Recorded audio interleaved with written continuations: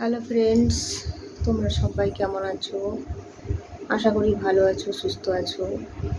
আমি এই যে বসেছি, স্নান করে আসলাম, পুজো টুজো দিলাম, দিয়ে বসেছি। ওয়েদার তো বৃষ্টি হয়নি, বৃষ্টিটা থেমেছে, কিন্তু ওয়েদারটা ওই রকমই আছে। তো যাই হোক, এত গরম ছিল, গরমটা কেটে একটু ঠান্ডা ওয়েদার হতে একটু ভালো লাগলো।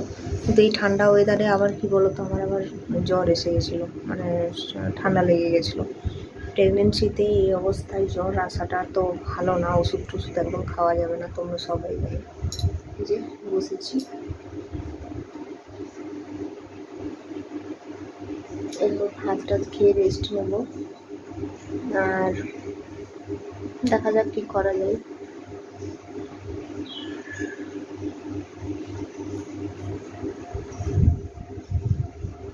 শুয়েই ছিলাম, তারপরে একটু ফোন করে এলো, ফোন করে কথা বলছিলাম।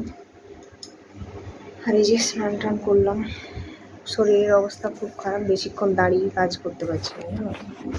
মানে কী বলবো, বেশিক্ষণ দাঁড়ালেই মানে একটা হাঁপানি ব্যাপার চলে আসছে। জানি না এটা আমার ক্ষেত্রেই হয় না তোমাদেরও হয়, আমি ঠিক বলতে পারবো না।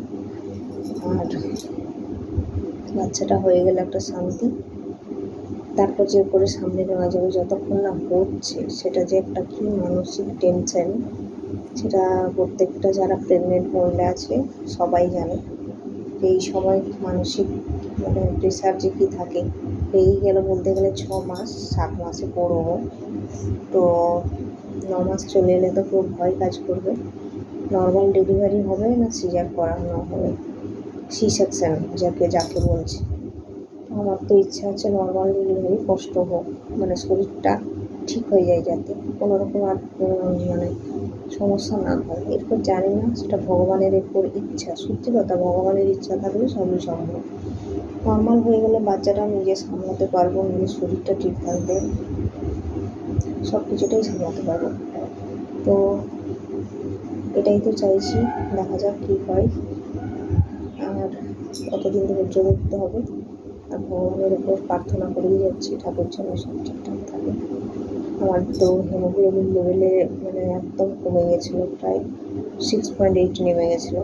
তো পাউচ মতো প্রায় ব্লাড নিতে হলেই আমাদের, কিছু করার নেই। ব্লাডটা এরপর আবার হিমোগ্লোবিন টেস্ট হবে, কতটা কি বাড়ছে হিমোগ্লোবিনটা, সেটা রিপোর্ট হবে। ওষুধ তো খেয়েই যাচ্ছি, কিন্তু ওষুধ খেলেও না কোনো কাজ হচ্ছে, দেখা যাক।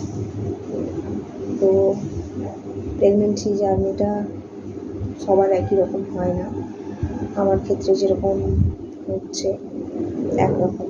প্রথম 3-4 মাস খুব কষ্টে গেছে, এখন একটু সুস্থ ফিল করছি। লাস্ট সময় আবার কীরকম যাবে আমি সেটা নিজেও জানি না। তো চলো ভিডিওটা এখানেই শেষ করি। আর আজকের মতো তোমাদের সাথে প্রত্যেকদিন একটু কথা বলতেই আসি, ব্লগ ভিডিও না দিতে পারলো। যে চুলটা ভেজাইনি জানো তো, মানে একটু ঠান্ডা ঠান্ডা ব্যাপার ছিল, তো ভাবলাম না ভেজাবো, চুলগুলো একদম ভেজানো। তো চলো ভিডিওটা রাখলাম এখানে, পরে তোমাদের সাথে আবার দেখা হবে। ততক্ষণে সবাই সুস্থ থেকো, ভালো থেকো।